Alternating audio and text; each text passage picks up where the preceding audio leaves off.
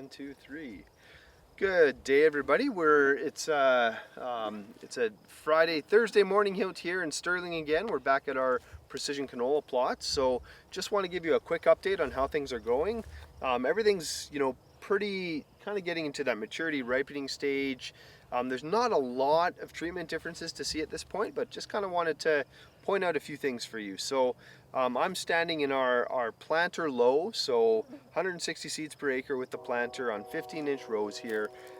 So first I just want to point out that we've kind of been paying attention to that hill over there, and you can see some rows, some stripes there, and that's that differences between the rows that did and did not have the row cleaner. So we've been sort of following that throughout the season. So not a whole bunch to say about that other than it's, yeah, I guess interesting, notable. I'm assuming those areas that are a little more mature and a little taller are where the row cleaner was. So we're seeing that there's certainly a big difference in sort of that residue management piece within that planter that's gonna affect the growth of the crop quite a bit. So where we did have that residue management, we had better emergence early on. The plants grew bigger, fuller, and they're a little more mature now. And if we just look a little bit closer here, this is again the planter on the low rate, and it's not looking great, if I'm honest about it. There's the stand is okay. We've had pretty dry conditions. Looks like we had some rain last night, but overall relatively dry year, and yeah, that's just kind of what we have here. So we'll move on to the next plot over here. So one thing I wanted to point out is the difference in maturity. So we're at the planter high rate. We came from the planter low rate, and definitely more advanced here. And I think we're in a moisture limiting situation. So with twice as many plants there, that competition for resources has been a little more intense. The resources have been used up a little quicker, so we're a little more mature, and you can see the difference in maturity. And the only difference between these two plots is the seed rate. So that's pretty interesting.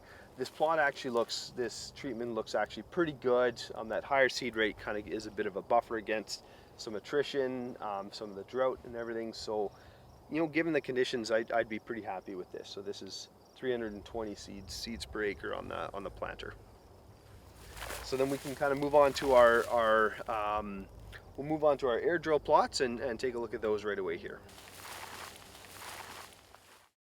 So here we are in our air drill plot, the low rate on the air drill, and right away it does look better than the planter did on the low rate. So something we've seen, especially in the dryland conditions in our small plot research, where the seeder actually compares favorably to the planter in those marginal conditions. So it's often we do see the results can be contingent on what the conditions are, what the soil types are, and here in this case we're seeing that the planter certainly visually is looking like a much better stand the air drill is looking visually like a much better stand than the planter, certainly on that low rate. So, and if we move over one more plot, we've got the planter high rate. So we've got our seeder on the high rate over here, and visually I can hardly distinguish it between the seeder and the low rate.